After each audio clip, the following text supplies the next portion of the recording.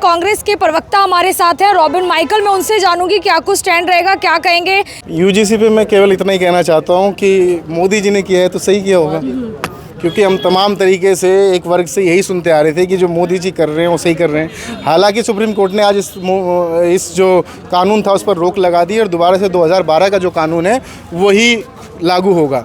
लेकिन मैं ये कहना चाहता हूँ कि सुप्रीम कोर्ट ने रोक तो लगा दी, लेकिन आपको आज एक बात समझने की आवश्यकता है, वो ये कि किसी भी कानून पर आंख मूंद कर भरोसा मत कीजिए, अंधभक्त मत बनिए कि आपने आंख मींच ली, मोदी जी जो कर रहे हैं सही कर रहे हैं, भारतीय जनता पार्टी जो कर रही है सही कर रही है।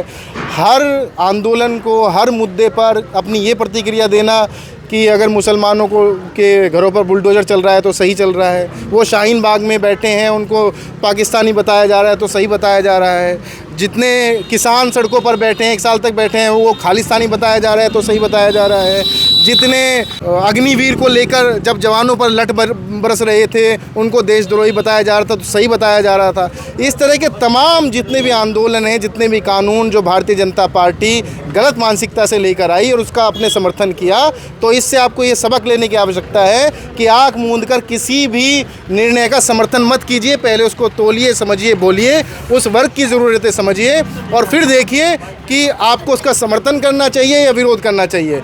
आज यूजीसी आया तो आप सड़कों पर आ गए, लेकिन आपके समर्थन में कोई नहीं आया क्योंकि आप किसी के समर्थन में नहीं खड़े थे। कि ये वो लोग भी विरोध कर रहे थे जो बीजेपी का समर्थन करते थे। मैं वही तो कह रहा हूँ, वही कर रहे थे। ये तमाम लोग सड़कों पर वही थे जो हमेशा से बीजेपी का समर्थन करते आए हैं। लोग टी शर्ट फाड़ रहे हैं, टी शर्ट उतार कर, शर्ट उतार कर, कपड़े उतार कर कह रहे हैं कि हमें बर्बाद कर दिया। हम तो नरेंद्र मोदी जी, भारतीय जनता पार्टी को हमेशा सराहा है, हम तो उन्हीं को अपना माई बाप माना है और हमेशा उनका समर्थन किया है। इनकी यही वाणी थी।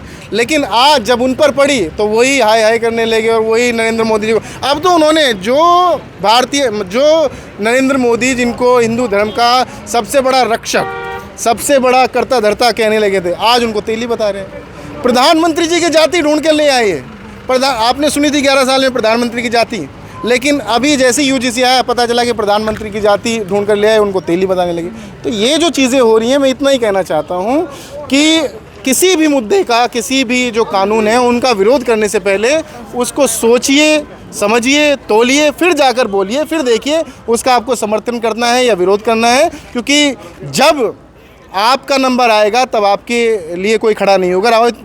आखिर में एक ही बात कहना चाहूँगा, राहत इंदौरी साहब का एक बहुत अच्छा शेर था। उन्होंने मरने से पहले कहा था कि लगेगी आग तो आएंगे कहीं घर जद में, यहाँ पर अकेले हमारा मकान थोड़ी है।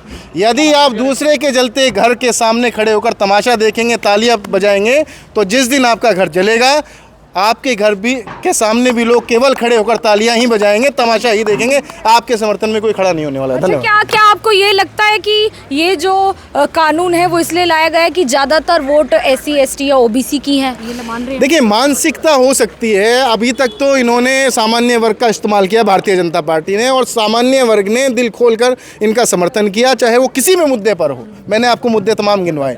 लेकिन अब इनको लगा कि आगे की राजनीति कैसे करें। हिंदू मुस्लिम को लड़ा लिया, अब क्या करें, आपस में OBC सामान्य वर्ग SC ST को लड़ाइए, क्योंकि लड़ाने की ही राजनीति है। इसके अलावा आप मुझे बता दीजिए 11 साल में इन्होंने किस ऐसे मुद्दे पर काम किया है जहां पर एक हो? कहीं पर एक नहीं हुए। हमेशा लड़ाने की राजनीति है, चाहे वो हिंदू मुस्लिम में हो और अब जातियों में।